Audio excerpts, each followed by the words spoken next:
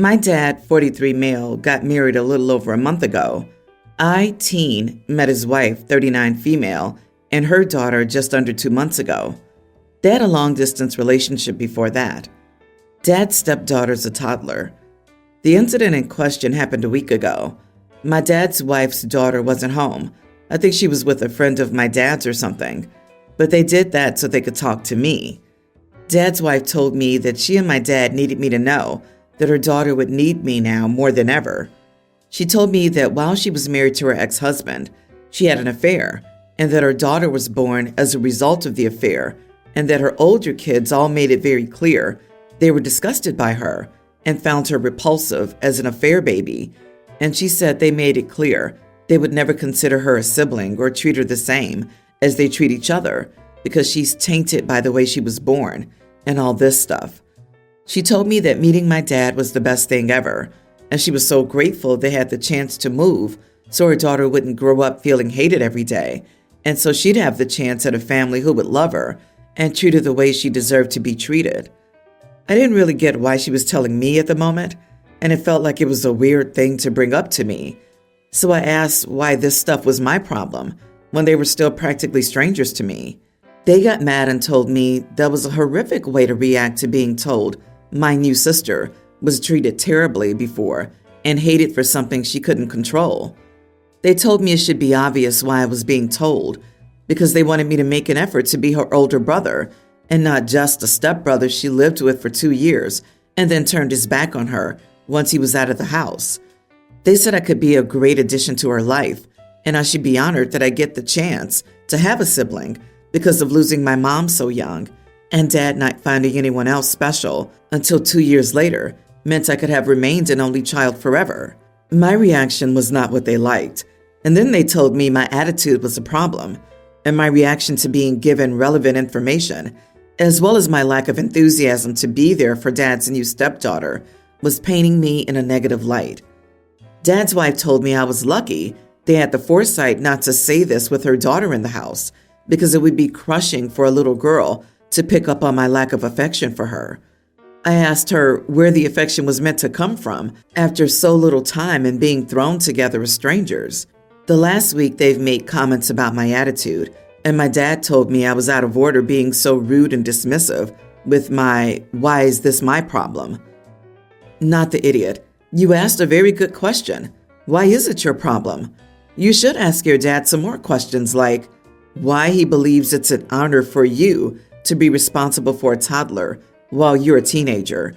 Also, if you're responsible for the emotional well-being of the 4-year-old, who's going to be responsible for your emotional well-being since you're still a kid? These adults have some issues. Both of these people sound very immature in regards to talking to teenagers and raising children. I have absolutely no clue why new wife would feel the need to give you any intimate details about her affair child. I think this simply could have been covered with, please be nice to the little stepsister. She has some issues. You may want to recommend to your dad that he, new wife and kid, speak to a professional therapist about blended families. You can't help them with their problems. I have absolutely no clue why new wife would include any intimate details about her affair child. I guess to make it a sob story and guilt OP into accepting it. Oh wait, so did your new stepmother abandon her other children after her affair? She's a real piece of work. Her own kids probably rejected your stepmother. Wow, your dad messed up big time here. Your stepmom cheating and her daughter being the result of her cheating is not your problem. My guess is she wants you to be a brother to her daughter so she can have free babysitting and dump her kid on you. Also, doesn't your dad take her being a cheater and acting like this as a red flag? My advice is to talk to your dad alone. If that doesn't work, try to be civil, but keep your distance until you can move out. I have a friend, Bella, who's late 20s and has a toddler and a baby. She constantly laments that the village doesn't exist anymore and people aren't helping her and her partner with their baby the way they used to in past generations, how selfish it is, and how terrible this society is. She's bitter her mother won't retire and babysit the kids for free. but her mother's only in her mid-50s and can't afford to retire yet. She constantly complains she can't travel or enjoy her life anymore because she doesn't have a village. After years of this, I told her I was glad we had moved away from that because the village that parents romanticize was actually the unpaid labor of women. As a woman who doesn't want a child, I'm glad that I'm no longer considered socially obligated to babysit other people's kids for free or do household chores for people who choose to have kids in my free time, especially because these people won't pay it forward to me in any way. If something happened to me, like getting sick or needing help, they'd use their kids as a reason they couldn't help me. I also reminded her that the village depended on women not having jobs, and it's a good thing that women can now sustain themselves and aren't forced into dependency on their fathers or husbands. What triggered it was that I went overseas recently for a holiday and to attend the concert of an artist I like, and she complained about how she doesn't get to do these things because the village is off doing things like that. She said I'm just a really selfish, child-free person who wants mothers to suffer, but I don't think I was wrong. And then she said I was a bad feminist and a terrible person and hasn't spoken to me since. Am I the idiot? Not the idiot. So many things. Caring for the sick and disabled community and helping raise children were unpaid women's labor that relied on us not being able to work. Yes, it's unfair now that women are expected to work and raise children unless the men are doing an equal share. But in this case, it just sounds like your friend wasn't ready for the responsibility of a child. Yikes, your friend just called parenting suffering. Why did she have kids in the first place if this was too much for her? You're 100% right. When you have a kid, it's nice if you have help, but you should never rely on other people to raise your child in your place while you travel and enjoy life. Yeah, I kind of get the impression she thought they'd be little cute accessories she could take everywhere and then dump them on someone else whenever she wants to take a break. Or it would be more fun to do something without them. I really hate how this village proverb is used by parents nowadays because they understand it as a complete one-way street. Village, help me with my kids, but my kids and I don't owe anyone anything. That's not the village model. Social obligation goes both ways, and with it, social control and the all not so great things about close-knit communities. I'm not saying either of you is right or wrong, but if you guys are genuinely friends, why not empathize with their situation and do something nice? For example, you could communicate with the father and ask him if he can take a day to watch the kid while you two spend a day doing something fun. This helps her feel like there is a village and you don't have to babysit, but have some time with a friend. Yeah, everyone's the idiot here. It probably shouldn't be on you to initiate this, but maybe she just needs a little love. I'm a 31-year-old female, and last week, my boyfriend, 30, asked if he could use my car to pick up his friends from the airport. I asked him why he couldn't use his car, and he said he was booked in for maintenance that day, and mine was bigger anyway. I checked what time the flight got in, worked out the time with work, and said he could take my car. This morning he got ready and asked where the keys were, and I told him they're on the key tray, and he says, no, the Ferrari keys. Background: the Ferrari is a 328 I inherited because my dad died less than 2 months ago. I told him there was no way he was driving the Ferrari and he could use the Land Rover, which is what I agreed to. He said that I agreed that he could drive my car and not which car specifically. I told him there was no way he was taking my dad's Ferrari, and even if we'd been married for 10 years, I still wouldn't let him drive it. We've been together for 6 months. He got angry and said that his friends were expecting him to show up with a Ferrari and that they were excited about going for a drive in it. We got into a shouting match, and I kicked him out of my apartment and told him he wasn't taking the Land Rover either, and he and his friends could work out their own way of getting home. I went to work, took all of the keys with me, and now I'm getting messages from him saying he can't believe I didn't trust him and took all the car keys, and from his mom and dad telling me I need to go to therapy because I'm too attached to things and that my dad is gone and being possessive over his belongings is not healthy. Am I the idiot for not letting my boyfriend use my car? And am I being too emotional? Note, he went back to the apartment after I'd left for work to talk things over. I was so angry about him going through my apartment that I called security, and they took my spare key from him and put his picture up as a do not allow to enter. Did I go too far? Not the idiot. First of all, I'm sorry for your loss. Your boyfriend is a sneaky, insensitive idiot. He didn't ask to borrow the Ferrari. He asked to borrow your car because his was conveniently scheduled for maintenance and your car was bigger. He was deliberately vague. He was lying about his car being scheduled for maintenance, saying your car was bigger and leading you to believe he meant the Land Rover. He already told his friends he was driving the Ferrari before asking you. Could you imagine? Why? I don't want the $80,000 Land Rover. I want the Ferrari. You've been dating this user-loser for 6 months, and he thinks he's entitled to drive your dad's car? Not even any car, but a Ferrari. Then he runs to mommy and daddy, who have the nerve to tell you that you need therapy and that your dad is gone, and you need to stop being possessive of your father's things. They're all disgusting. Not to mention that he went back when she was out and searched the apartment thoroughly enough that he knew she had taken all the car keys with her. I'm 99% sure that if she'd left the Ferrari keys at home, he would have taken the Ferrari anyway. This dude would have left OP on the hook for over $30,000 in damages minimum. Agreed. And gosh, his parents are just terrible. They're trying to convince her that she's 5 years old and it's something as mundane as a toy she needs to share. To answer your question, you didn't go too far. He doesn't care about you.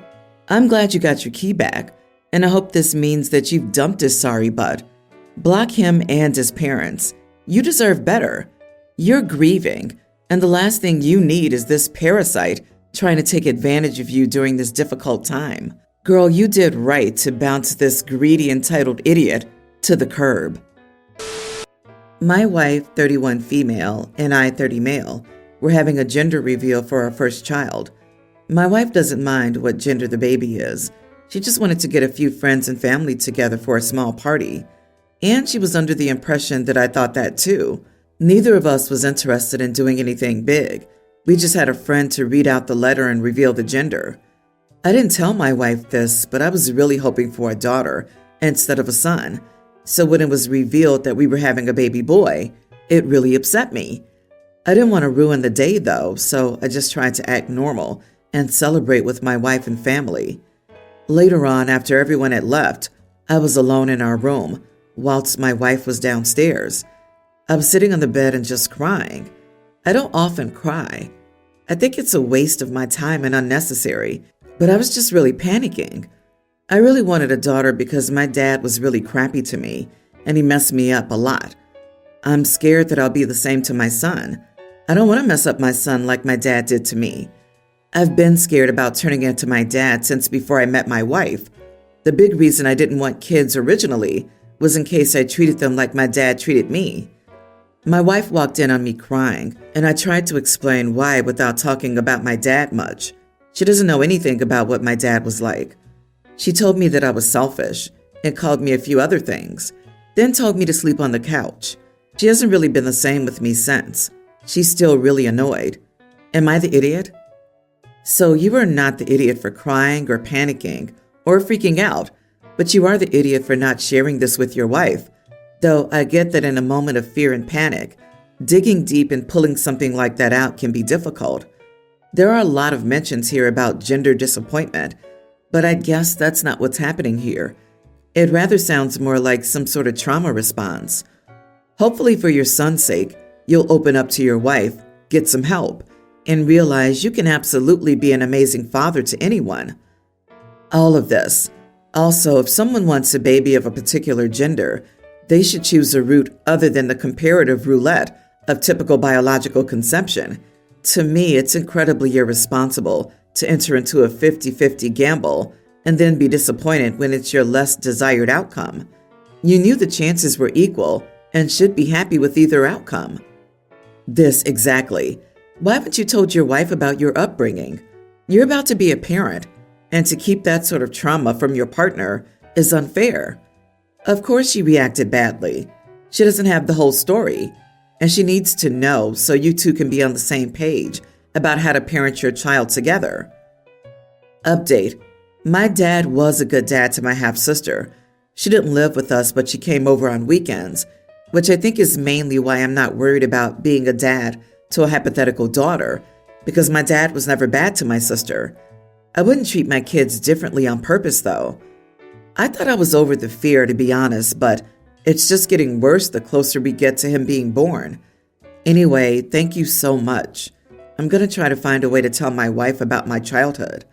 I've just never spoken to anyone about it before. My 34 male brother-in-law, Bob, 37, is overweight.